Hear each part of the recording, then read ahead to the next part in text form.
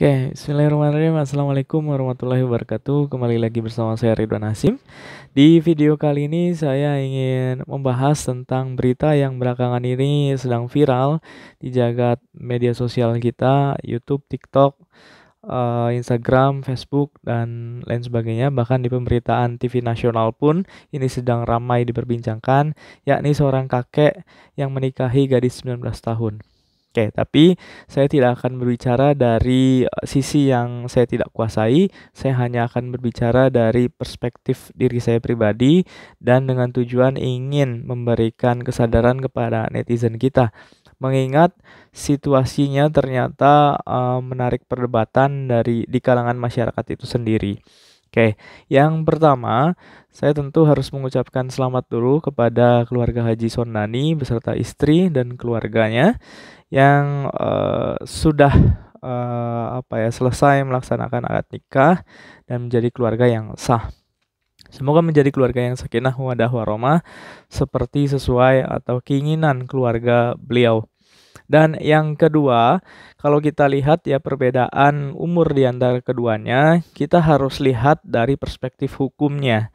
Nah, dari perspektif hukum, kalau kita lihat di mana keduanya ini terpaut memang cukup jauh, bahkan sangat jauh. Tetapi harus dilihat lagi, ternyata mempelai wanita ini sudah 19 tahun, yang mana itu sudah sesuai dengan Undang-Undang Nomor 16 Tahun 2019.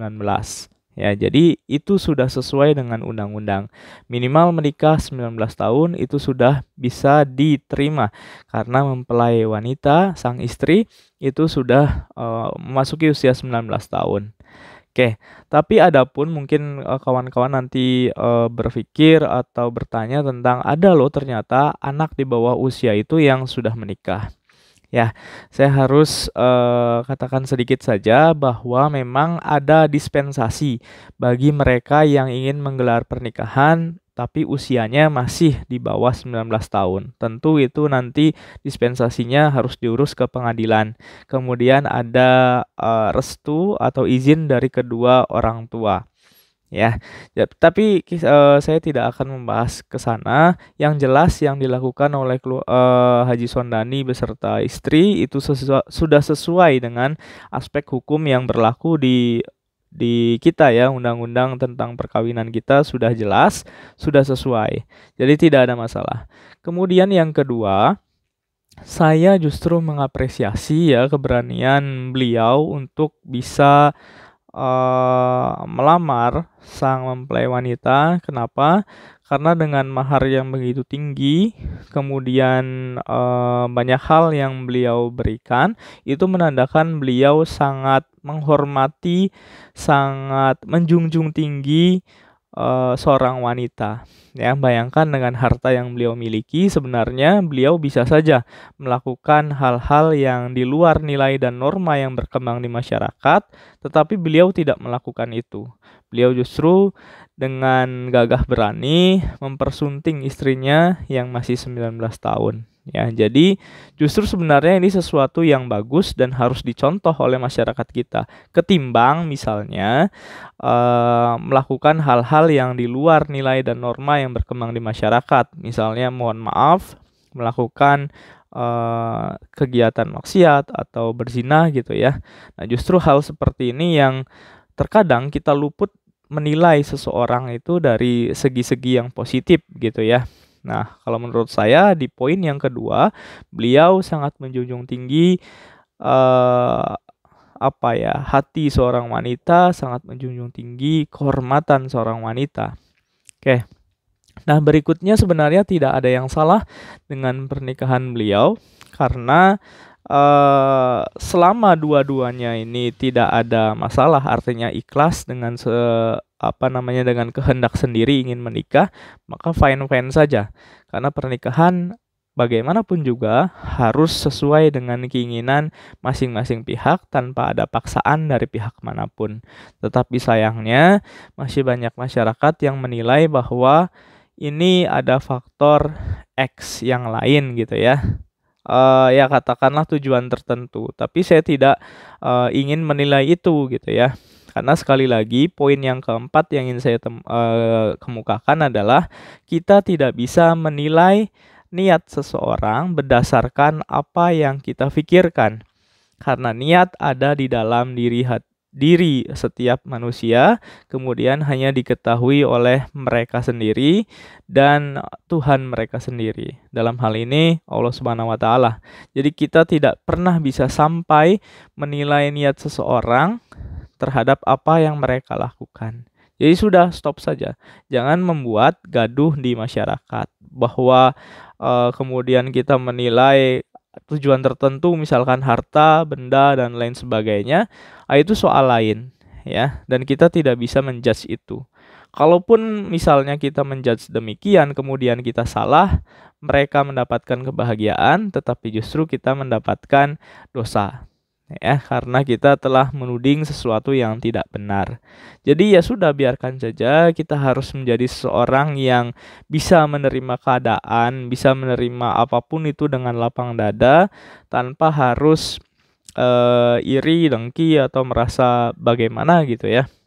Kemudian yang terakhir, yang kelima ya, bagi saya seorang lelaki itu bisa mendapatkan wanita yang terbaik berdasarkan 3 hal. Jadi ada 3 hal yang menurut saya fundamental yang bisa menjadikan senjata bagi seorang lelaki. Jadi jangan khawatir teman-teman yang belum menikah ya. Yang pertama berkaitan dengan video ini tentu adalah harta ya. Jadi mapan dulu. Kalau kawan-kawan sudah mapan, insya Allah mudah mendapatkan wanita yang diinginkan. Kemudian yang kedua, kalau tidak bisa atau cara lainnya adalah tentu dengan kemampuan diri ya atau bekal yang diberikan oleh Allah kepada kita, yakni fisik misalkan ya. Tetapi tidak semua orang memiliki itu. Nah, cara yang terakhir adalah melalui wangi dalam tanda kutip ya. Wangi itu dalam artian yang pertama sebagai seorang lelaki tentu harus berprestasi ya, mengharumkan nama diri sendiri dan keluarga. Insya Allah orang juga akan datang ke kalian, ke kita ya.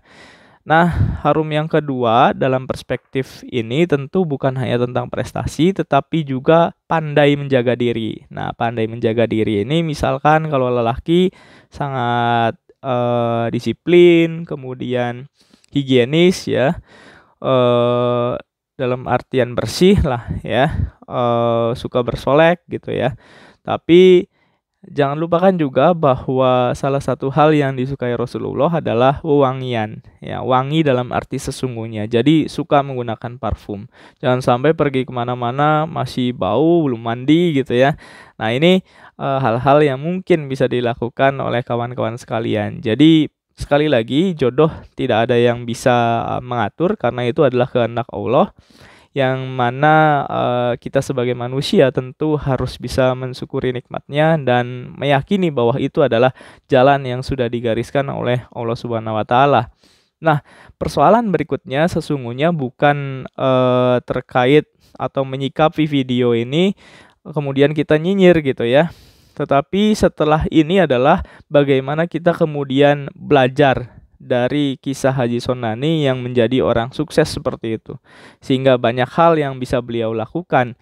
Tentu bukan dalam hal ini yang kita lihat dalam fenomena ini adalah tentang pernikahan beliau. Tetapi di luar itu kita tidak apakah kita tidak berupaya untuk melihat sisi lain dari beliau gitu ya, apakah beliau suka bersedekah dan lain sebagainya. Nah itulah nilai-nilai yang harusnya kita gali sebagai seorang muslim, bukan justru fokus pada sisi negatifnya atau mencari-cari kesalahan. Karena sesungguhnya kalau kita mencari kesalahan, kita akan fokus pada hal-hal negatif sehingga itu tidak produktif. Ya, jadi kalau kita ingin menjadi manusia yang produktif, cari hal-hal yang positif yang dimiliki oleh seseorang, oleh setiap peristiwa, sehingga kita bisa menjadi pribadi yang lebih baik. Oke, sekian saja dari saya. Hadapi, nikmati, pelajari. Salam militansi, Ridwan Hasyim. Assalamualaikum warahmatullahi wabarakatuh.